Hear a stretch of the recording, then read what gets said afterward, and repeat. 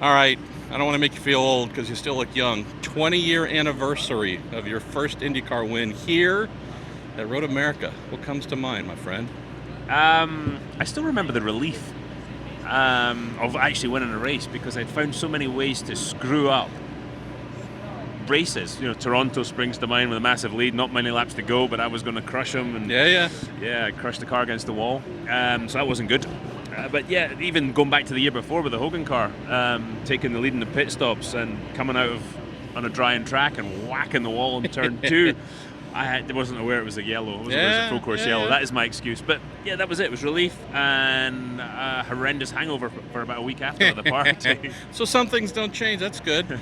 You had some guy named Zanardi finish behind you. I'm temporarily forgetting who was third, but I believe Antoine Canon was fourth in his debut here.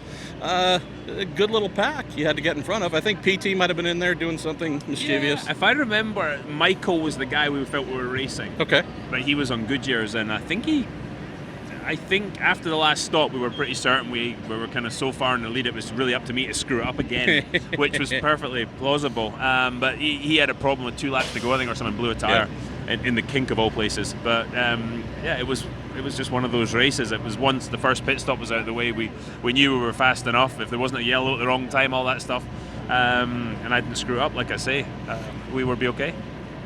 For some drivers, we see that first win in a major category, we think it unlocks something.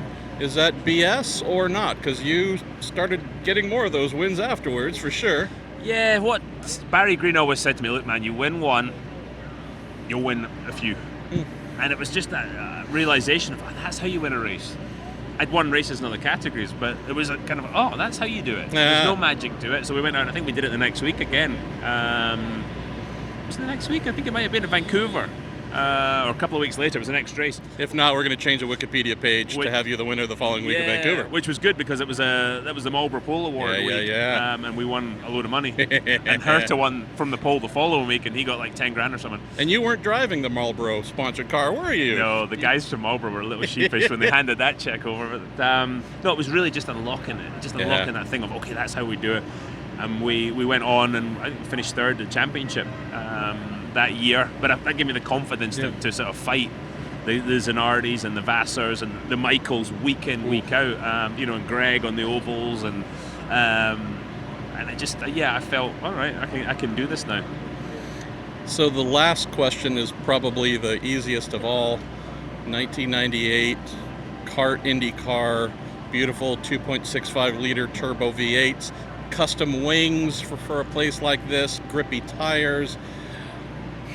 I know the vintage racing that you get to do laps from time to time. Someone uncorked you here in your 98 car, I'm guessing you'd be the happiest guy in the world again. Yeah, as long as they gave me those Firestones that we had back in 98. And they were amazing. That was the biggest difference, I think, was the tires and the chemicals they were allowed to put in the tires at the time, and the grip they had and the way they just didn't fall off. But that Honda engine was a peach.